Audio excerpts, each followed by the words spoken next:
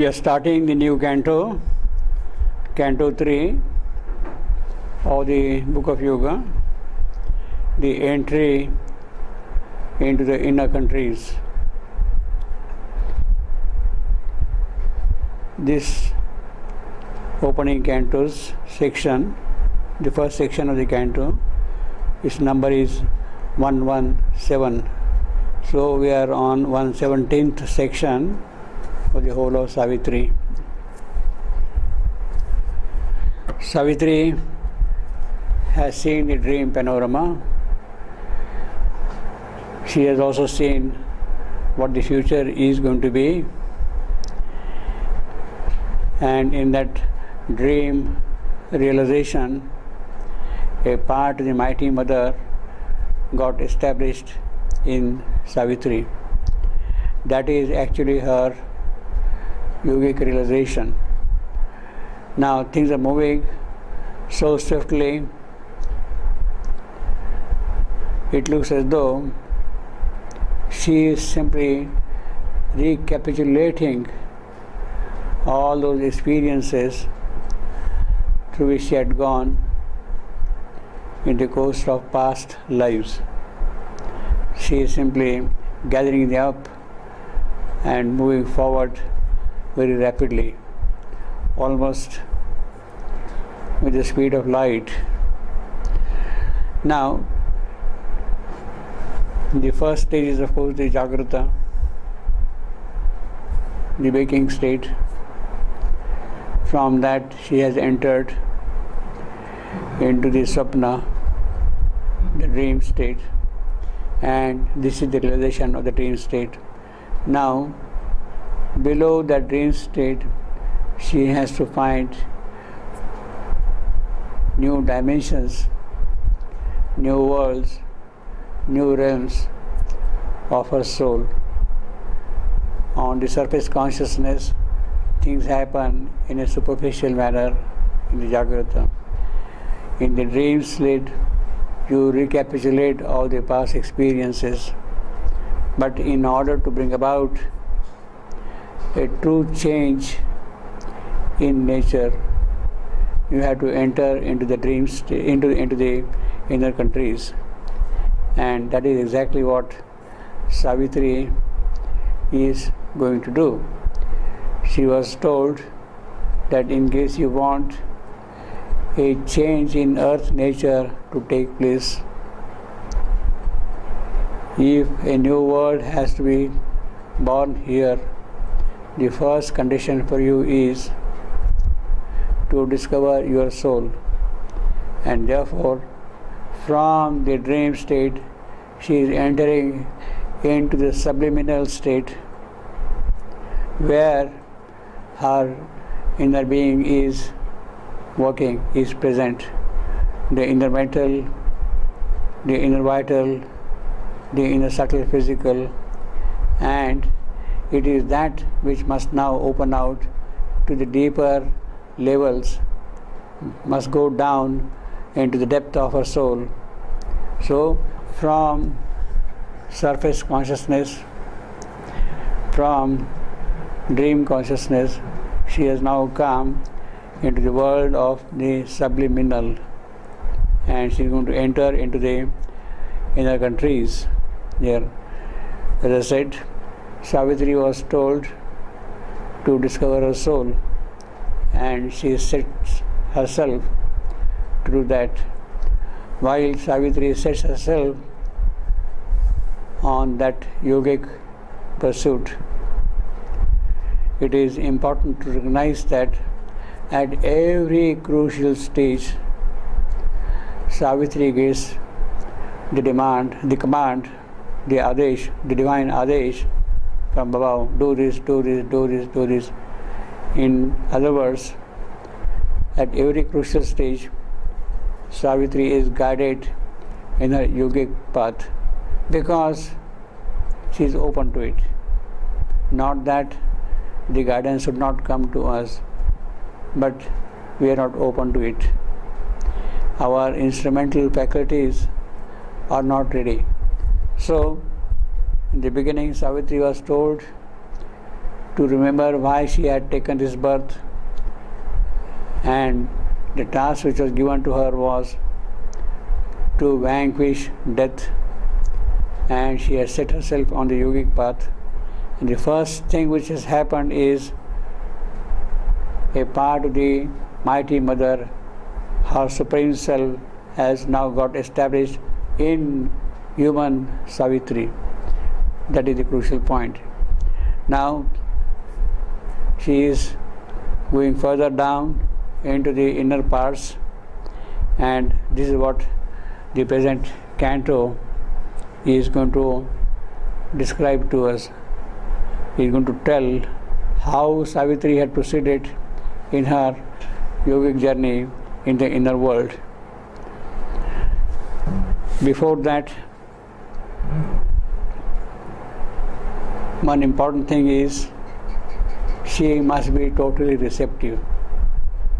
Totally receptive in the sense that there should not be any intervention of our ideas, thoughts, feelings, passions, our faculties into what is entering in you. Her mind must become a total blank. It must become a silent mind so that the true thoughts enter into you, and then you can do according to the guidance which is being given to you. So this is what Savitri is going to see now here. At first, out of the busy hum of mind, our mind is noisy. All kinds of thoughts coming and impinging upon each other. This, that. We don't know which activity we should accept, what line of approach, along what line of approach we should proceed. We don't know at all, because too many things enter into us. We allow them to enter into us, and at the same time we think as if we are creating all those ideas and thoughts. They are not actually our creation. They come from the cosmic fields. We have kept our doors open, our windows open, and they rush in all kind of chaotic manner in our brain. So that is why busy hum of mind, that is what happens here. That has to be silenced first. Unless that happens, nothing can proceed further. At first, out of the busy hum of mind, as if from a loud, thronged market into a cave, by an inward moment's magic, she had come. Savitri, by an inward moment's magic, had come into the inner countries, leaving out the thoughts which are coming and crowding her brain. She just pushed them out, so to say.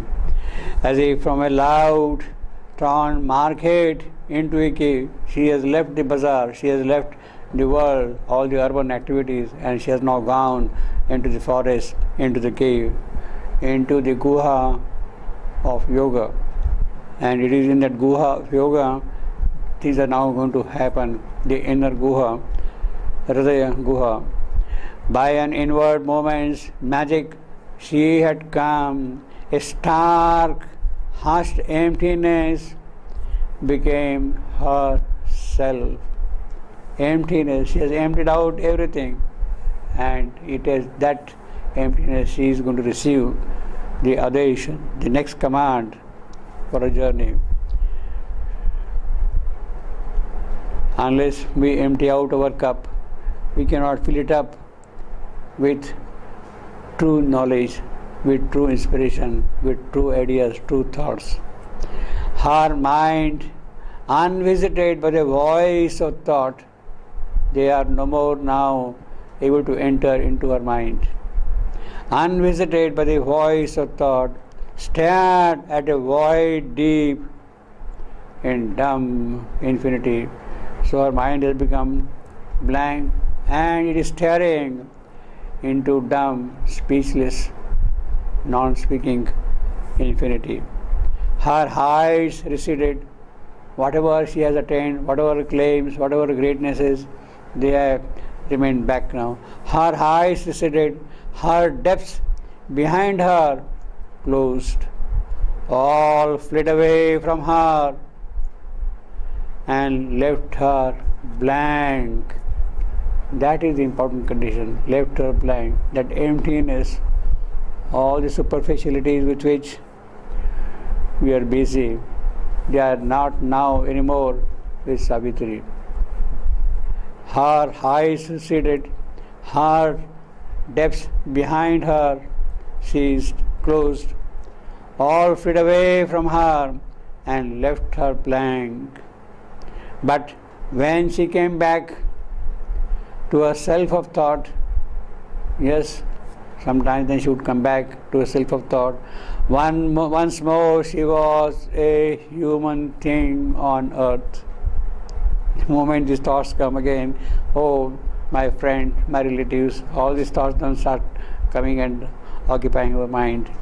Once more she was a human thing on earth, a lump of matter, a house of closed sight. That is the condition of man, human condition. We are close to the real sight. A house of closed sight, a mind compelled to think out. Ignorance. What do we think? We think we are getting great ideas, but constantly we are churning, moving in the world of ignorance all the while. Ignorance, a mind compelled to think of ignorance, a life force pressed into a camp of works, and the material world her limiting field. So the mental, the vital, the physical, they are occupied with human occupation. Once more she was in the human form, human thing. She was a human thing again. And what happens there? Mind is compelled to think of ignorance. Life is compelled, is crammed in the routines of work, daily routines of work. All our occupations, passions, feelings, perceptions, gives and takes, all those things are happening constantly there. And the material world are limiting field. In fact, that is the perfect description of the human thing, what we have got here. Amazed like one unknowing, she sought her way. Having become again that human, she is now wondering how to go. Amazed like one unknowing, she sought her way. Yes, I must find my way. I have been told to discover my psyche. How do I do that? But I am now in a totally human state like that. Out of the tangle of man's ignorant past that took the surface person for the soul. That is what happens. The surface soul, it is what we call as I. The common word is ego. The surface soul is the outer personality of the individual. That is the Jagrata state in which we normally are all the while. Amazed like one, unknowing, she sought her way out of the tangle of man's ignorant past that took the surface person for the soul. That is what we mistake. When I say I assert myself, who is that I who is asserting? It is the surface soul, the ego soul. We have not really discovered our soul to assert that way. So that is how Savitri is the human thing. She had become blank, but the moment she becomes human, then all her actions get prompted, so to say, by the surface soul. It is under that human thing condition of Savitri, a voice comes and speaks to her, the voice from her supreme self that speaks to Savitri. Amazed like one unknowing, she sought her way out of the tangle of man's ignorant palm that took the surface person for the soul. Then a voice spoke that dwelt on secret heights, because she is on the surface condition. So the height is not visible to her. But that voice comes, and somewhere something is there in Savitri to listen to that voice. And she says, and the voice says to Savitri, yes, frankly speaking, truly speaking, actually, you don't need anything for yourself. What do you want? You are already the divine incarnate, though in the human state. Whatever you want to do here, it is not for yourself. Your yoga is not for yourself. Your yoga is for man. Then voice spoke that dwelt on secret high, for man thou seekst, not for thyself alone. Not for thyself alone. You are not seeking things for yourself. You don't need anything. But still, has Savitri to seek something? Although she is the incarnate supreme, yes, she has to seek something. She has to seek something because at the moment she is a human thing. And in that human thingness of Savitri, she has to seek something also. But that seeking of the human thing, of Savitri's seeking in the human state, is not for herself, it is for man. That is the important point here. Then a voice spoke that dwelt on secret high, for man thou seekst, not for thyself alone. Only if God assumes the human mind and puts on mortal ignorance for his cloak and makes himself the dwarf with triple stride, can he help man to grow into God? Yes, you are here to help man. But how you are going to help man? You have to assume, you have to accept, you have to live, you have to participate fully in the human conditions. Unless you identify yourself fully, that is what the mother explains in her talks. The divine comes here and suffers because that is the only way by which, participating in the human state, she can redeem the human fate. She has to participate in order to redeem the human fate. Therefore, Savitri is here for that purpose again. This is exactly what the mother explained, and she says that is my experience also, mother's experience. Only if God assumed the human mind, she has assumed the human mind. She has accepted the human condition. She is participating in the human suffering and puts on mortal ignorance for his cloak and makes himself the dwarf with triple stride. Can he help man to grow into the God? How is it otherwise possible? The divine incarnate comes, accepts the mortality's fate, all the conditions of ignorance and suffering and misery. It is only by that acceptance he can lead humanity to the God. As man disguised, the cosmic greatness works. Yes, you are a cosmic greatness in the human form. You are disguised. But that is how you have to work, through the human state. And find a mystic inaccessible gate and opens the immortal's golden door. That is what Savitri has to do. Open the golden immortal doors by accepting the human condition. Man, human, follows in God's human steps. God's human steps. The incarnate comes here and he also then follows the steps the incarnate has taken. Step by step is good.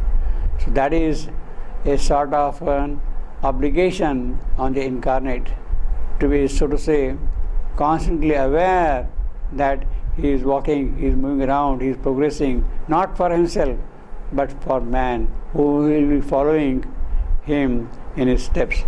Man, human, follows in God's human steps, accepting his darkness.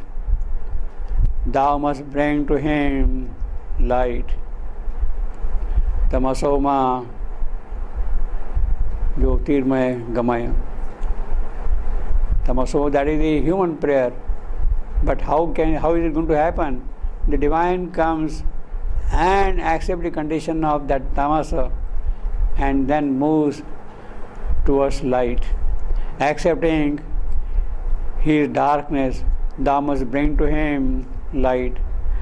Accepting his sorrow, thou must bring to him bliss. Unless you accept that sorrow, how can you bring bliss to him? In matter's body, find thy heaven-born soul. Yours is a heaven-born soul. All right, it's okay over there, but it has to be discovered, it has to be found in the human body, in matter's body. That is the important thing. So accept darkness, accept sorrow, so that you can lead man to light, you can lead man to bliss and joy. And that can happen only by accepting the human body, the mortal. He condescends to pass to the birth, that is a death constantly.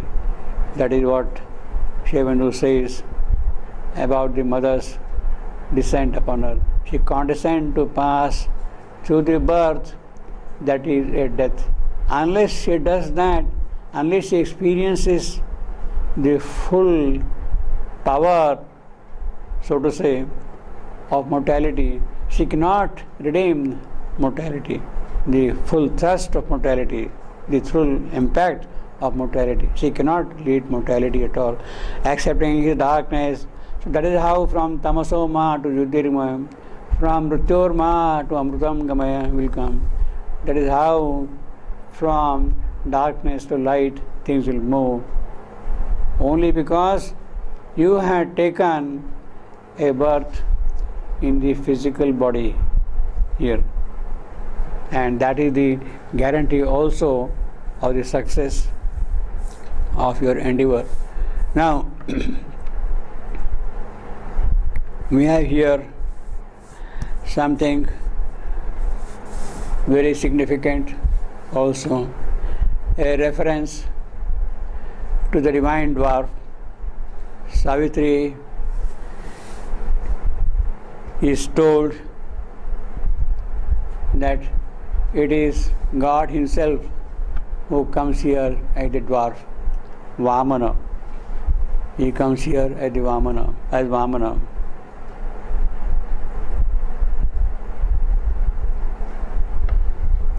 The fifth avatar in the series of the Dashavatar, he comes as Vamana.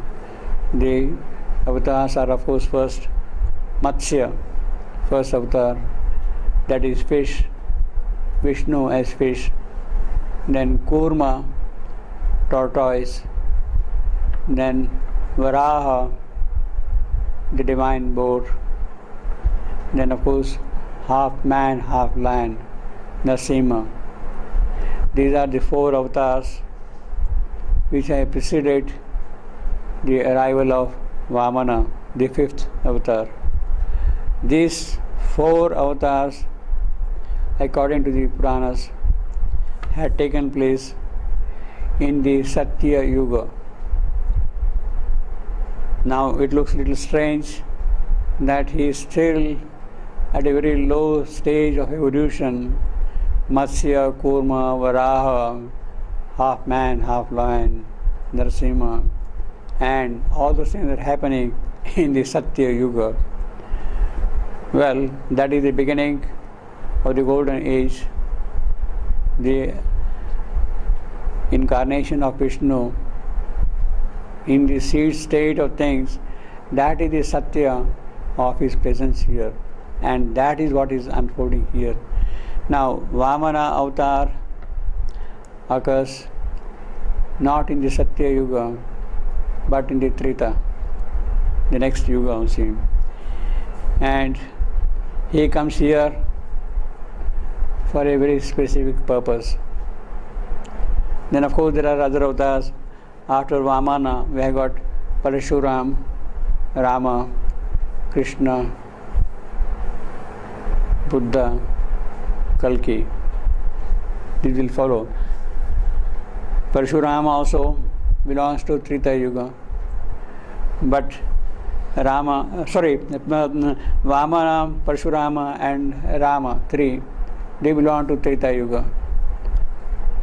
Krishna comes in Kali Yuga. Buddha also comes in Kali Yuga. It is to the end of the Kali Yuga that the Kalki will appear according to the Puranic description. And then the new cycle will start. Obviously, when the new cycle starts, it does not mean again Vishnu will come as Matsya. It will be a different manifestation once more, you see. If it is a total pralaya, yes, it has to start again from Matsya and proceed further.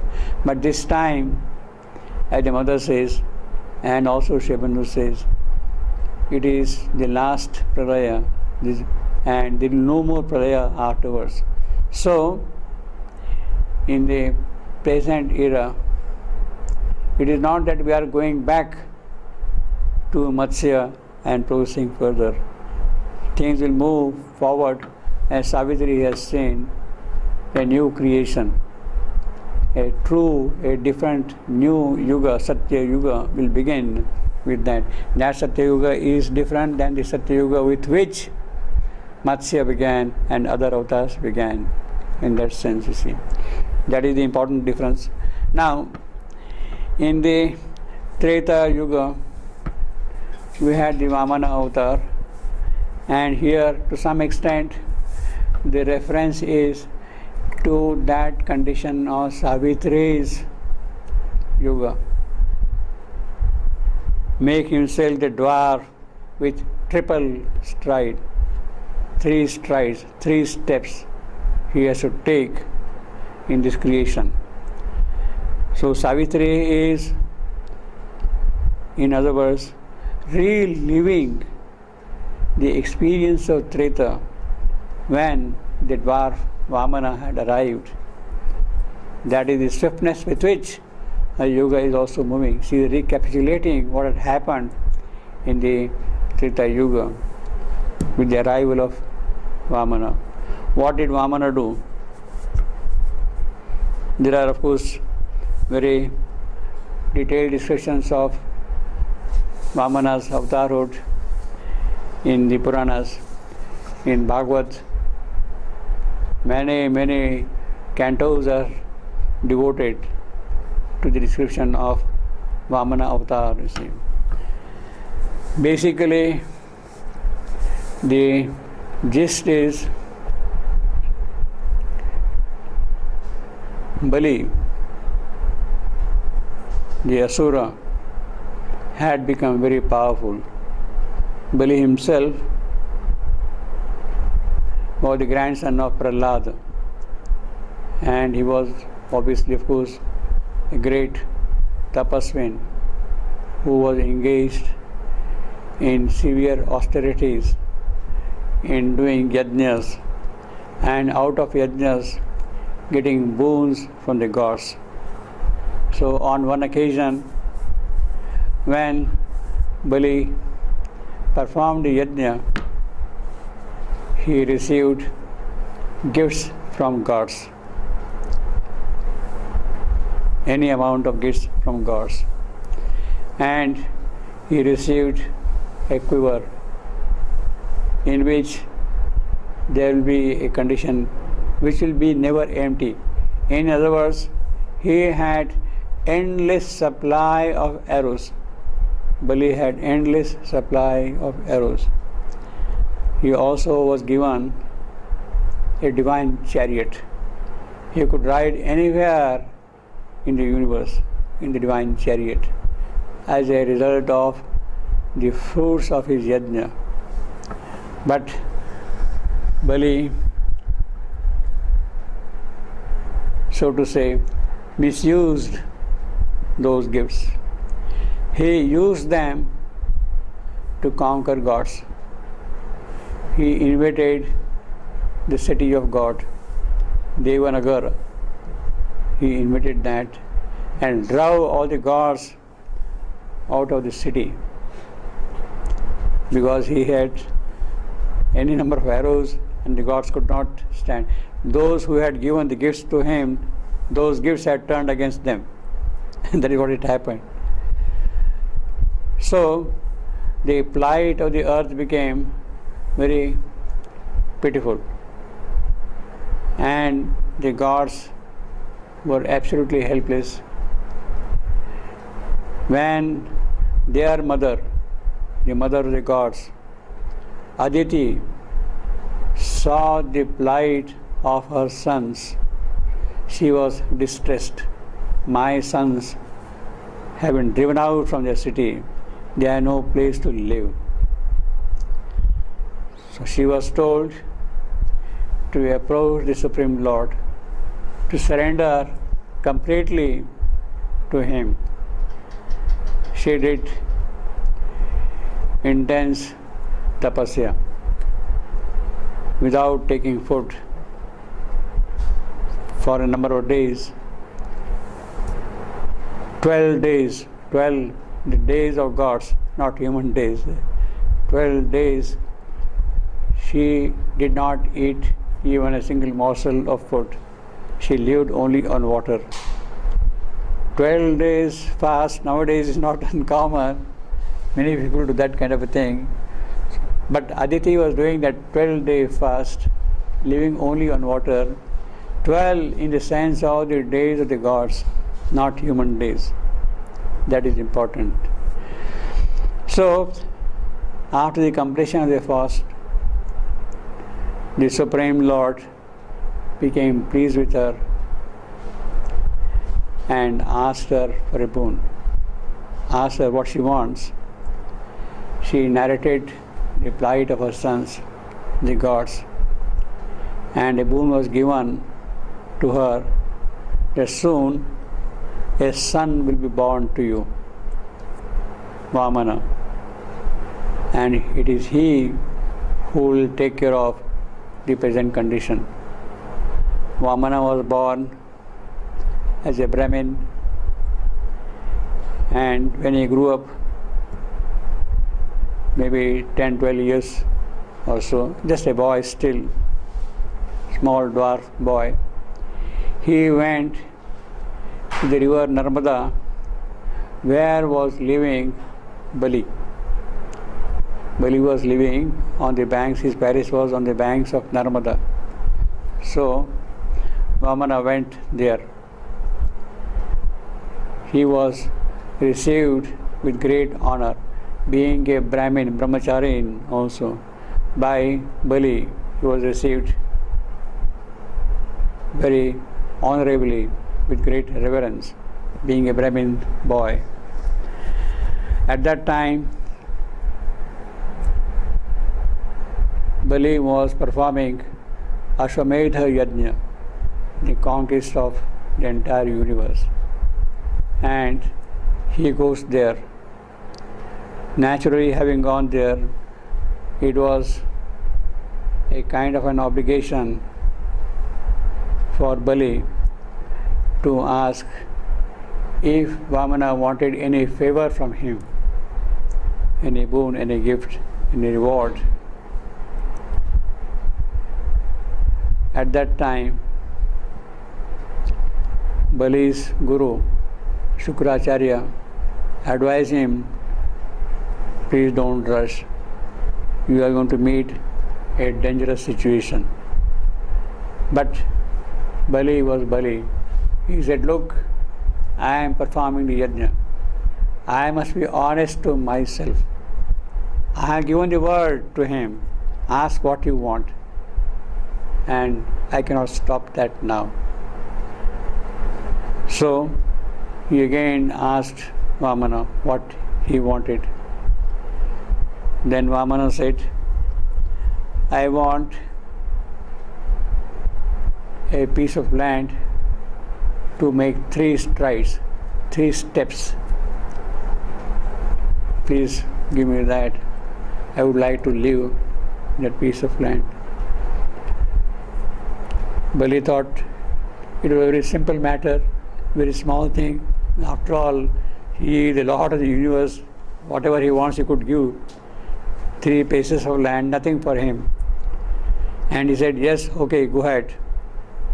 And then he put his first step. By the first step, he covered the whole earth. He became gigantic, his original form. By the first step, he covered the whole earth. By the second step, he covered the entire universe. Nothing was left now for him to put the third step.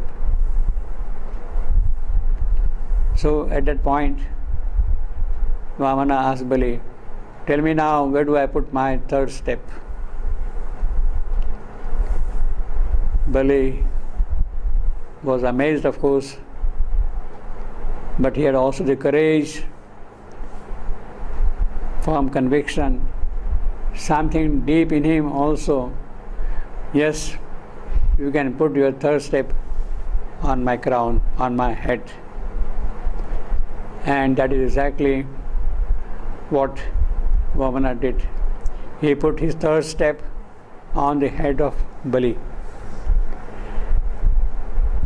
Now, there are different ways of looking at this. According to one account, it is by the third step that Bali was pushed into the lowest Patala. And Vamana remained there to guard the doors. To guard the doors, Bali was pushed down below. In other words, Bali is there, but guarded by Vamana. The other account is the fact that Vamana, Vishnu himself, had put his foot on the head of Bali. It was a blessing which was received by Bali. And in that process, he got totally changed, transformed. He became a different person with the foot of Vishnu himself. How miraculous, how wonderful it can be. That is the way in which Bali was, so to say, transformed by Vamana's third step, and he became his guardian in the transformed form of Bali. Now this is the Puranic account of the birth of Vamana, and here we have the reference, and makes himself the dwarf with triple stride. It is the divine himself who comes here and makes the dwarf with the triple stride. What has the triple stride to do with Savitri's Yuga? What has that thing to do with Savitri's Yuga? The reference, the allusion, or the true meaning of the birth of Vamana is what is revealed in this particular line. What does Vamana stand for? And makes himself the dwarf with triple stride. Savitri, by the first step, has to conquer, has to go into the inner countries and govern the forces of the inner world. She has to conquer earth, her nature. She has to conquer that. By the second step, she has to become universal, conquer all the forces of the universe. By the third step, Savitri has to conquer, what is remaining now? Conquer, of course, death himself. Savitri has to put her foot on the head of death. Death was taking away the soul of Satyavan along with him to his world. It is that Savitri who is going to put her third step on the head of death. And that is what the yoga of Savitri would mean. By the conquest of the third step, she will conquer death. Now, this is the Puranic way of looking at the Vamana avatar, this particular avatarhood of Vishnu. In the Veda, Rishi Dirghatamasa has also spoken of Vishnu's three strides. And the three strides of Vishnu are, three steps of Vishnu are earth, heaven, and three dhatu. He uses the word three dhatu. Three dhatu. Dhatu elements, basic conditions of existence. Sachidananda. In other words, the third step is in the transcendent. Savitri is going to put her third step in the transcendent by the process of her yoga. The third step, the three dhatu, is, in other words, we can say almost equivalent to Sachidananda, or the transcendent. The foundation of this world is light,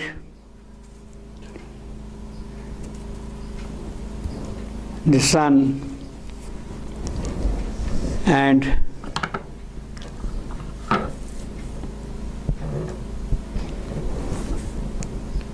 light, truth, and the sun.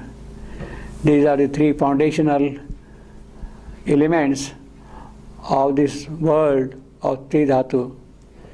In other words, it is on the basis of light, truth, and sun. Sun, in the other language, would mean supermind. It is a supermind which is the foundation of the triple world of Sachidananda. In other words, it is Sachidananda who knows himself that he is Sachidananda. How does he know Sachidananda, that I am Sachidananda? He knows it by supermind. Sachidananda knows himself as Sachidananda by supermind. And it is that Sachidananda with the faculty of supermind who is going to project the new creation down below. So the Savitri's third step would mean entering into the transcendental by putting her foot on the head of death and walking up there straight. That is what this dwarf's third stride would mean, you see. And makes himself the dwarf with triple stride. In other words, in one single phrase, dwarf with triple stride, that is what she has to become. The whole course of yoga is described. The whole thing is gathered up into one single phrase. And makes himself the dwarf with triple stride. Can he help man to grow into God? That is the only way by which it can happen. He can grow into God by taking the three steps. That is what Savitri has to do, you see. And when he grows into God, then the three possibilities of a world shaped into God, humanity shaped into God's world, or a new world created, or a new world discovered, is fulfilled here by growing into God when the divine dwarf takes the third step.